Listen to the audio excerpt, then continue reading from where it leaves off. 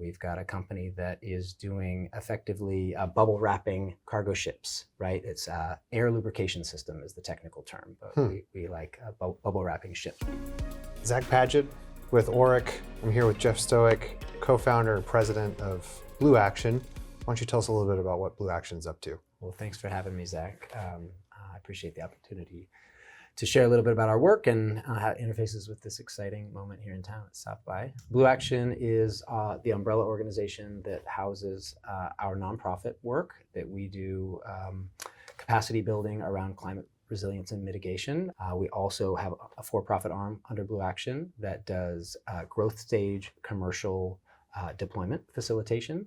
And we have our early stage venture platform, Blue Action Accelerator, that we do with Founders Factory. So 3 different buckets basically taking up your time? 3 main tracks, yeah, 3-ring circus. Got it. What are some examples of some of the partners or companies you work with in some of those buckets? Yeah, well, our main partner that we I have to mention for many reasons is our lead investor, which is Lucas Walton and Builders Vision.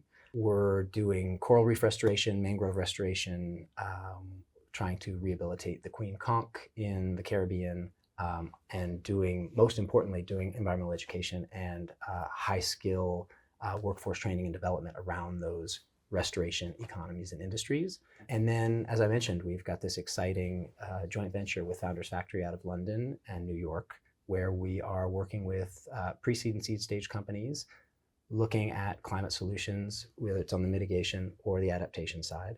And we've been running that joint venture for about a year and a half, made 11 investments so far, looked at over 400 companies, and working across the gamut. Maritime decarbonization. We're actually looking at we've invested in a technology, Armada, that has a passive air lubrication system. So rather than having a compressor, which requires energy and takes up space on the ship, they've got a passive system to blow bubbles around the hull of these massive cargo ships, reducing noise pollution, reducing the fouling process so the hulls of the ship get dirty and create more drag, and that then translates into greater fuel efficiency. Right now in this current moment, I'm talking to a lot of founders who are trying to determine what the most viable path is to developing a startup. And a lot of it comes down to where can they attract that initial set of investment. Mm-hmm. Maybe you can talk a little bit about what new founders right now should be thinking about when trying to attract early investment in hard tech. Yeah, we've certainly looked across the gamut of those opportunities, and like it or not, we've been leaning more towards this hard tech, deep tech, CapEx intensive, infrastructure oriented innovation because we think it's so critical and it's a sort of Gordian knot that needs to be resolved. And the key there, we've realized, is you need patient capital.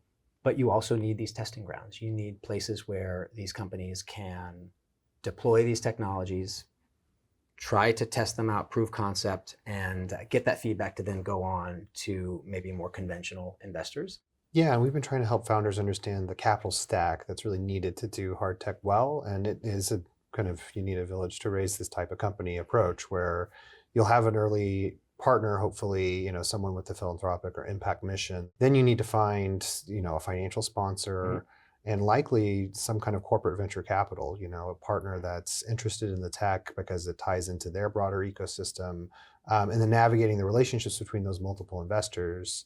And then as you grow, debt financing. Absolutely. We're not working as much in the debt financing component of that, but that's absolutely critical for Series A beyond. But as you mentioned, having these CVC partners, absolutely critical. They know the industry as well as anybody else. They've got the balance sheet to maybe take some risks on emerging technologies. One, though, that we specialize in really is the regulatory piece. Mm-hmm. And so you can have all the money in the world, but if you're waiting years to get cleared on the permitting to deploy your technologies, you're missing the game. Not just the ball, but the game. Great. Well, thanks so much, Jeff, for coming in. I appreciate it, Zach. Yeah. Thank you.